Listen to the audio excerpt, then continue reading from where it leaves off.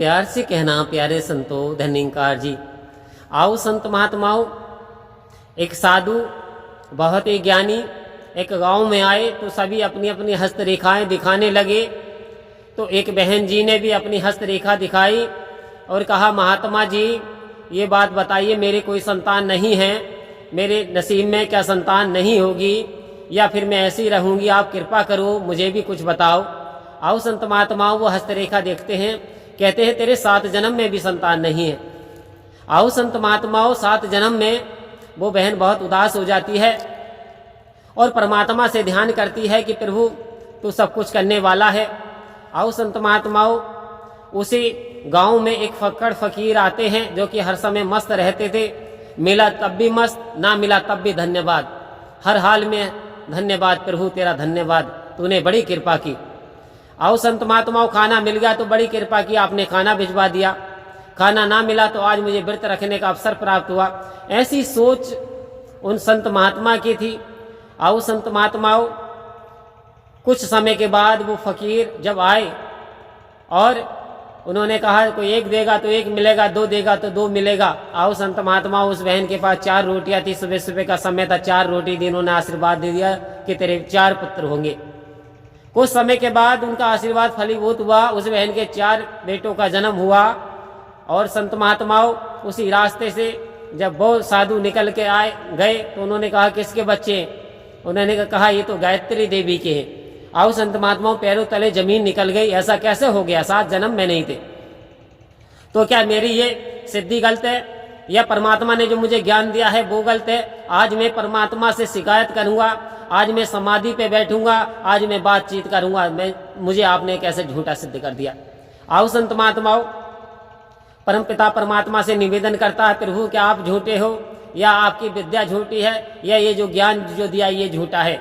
आओ संत महात्माओं, तुरंत परमपिता परमात्मा उसे प्रकट होकर दर्शन देते हैं, कहते हैं ठीक है, तू भी ठीक है अपनी जगह। आओ संत महात्माओं, थोड़ा सा मेरा ये काम है, ऐसा है आज मुझे कुछ मांस की आवश्यकता है और मुझे कुछ मांस आप ला करके दे दो।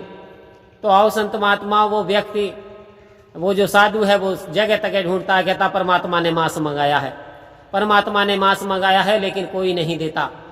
सारे जहां में टहल लिया। आओ संत महात्मा, फिर वो निकले जा रहा था बेवान से, तो वही जो फकीर वही संत जो पड़े हुए थे और वो संत ने देखा, वो वहां पे भी गया कि काश यहाँ से कुछ मिल जाए। उसने बात बताई, परमात्मा ने प्रभु ने मांस मंगाया है। आओ संत महात्मा, जैसे सुना ईश्वर ने मांस मंगाया है, भगवान मांस चाहता है। आओ संत महात्माओं, तो उन्होंने जगह तगह का अपने निकाल करके दे दिया, ना जाने कौन से मेरे प्रभु को पसंद आ जाए। आओ संत महात्माओं, और कह दिया ले आकर के दे दो। जैसे ही आओ संत महात्माओं ये लेकर के पहुंचे, लो प्रभु अब मेरे प्रश्न का जवाब दो, आपने जो मैंने पूछा था क्या नसीब में? आपने कहा 7 जन्म में नहीं है, लेकिन अब तो 4-4 बेटे खेल रहे हैं, जवाब दीजिए। फिर आओ संत महात्माओं, वो कहते हैं कि एक बात बताओ, मैंने मांस मांगा था लेकिन मांस तो आप भी दे सकते थे, ये जहां से मांस लाए हो ये उसी संत का आशीर्वाद है। उसने कहा 4 होंगे। तो जो भक्त मेरे पे निशावर रह के अपना मांस निकलवा सकता है, अपना ब्लड दे सकता है, तो मैं उसके लिए क्या नहीं कर सकता? आओ संत महात्माओं, कथनी करनी सब नहीं, जिसकी पृथक पृथक जिसका व्यवहार बात बनने वाली नहीं है। आओ संत महात्माओं, तन से मन से अंतर चेतना से हम पूरी तरीके से जब तक निरंकार की डेडिकेशन ना होंगे, जब तक कि अपने आप को समर्पित ना कर देंगे, तो वास्तव में तब तक निरंकार की कृपा हम पे होने वाली नहीं है। आओ संत महात्माओं, ये तो कृपा करने के लिए ही है, हमारे पर सब पे कृपा ही करता है, लेकिन हम ही हैं कि अपने दामन में छेद लिए फिरते हैं, हम ही हैं जो कि आज्ञा का पालन नहीं करते, हम ही हैं जो हमने अपने आप को समर्पित नहीं किया।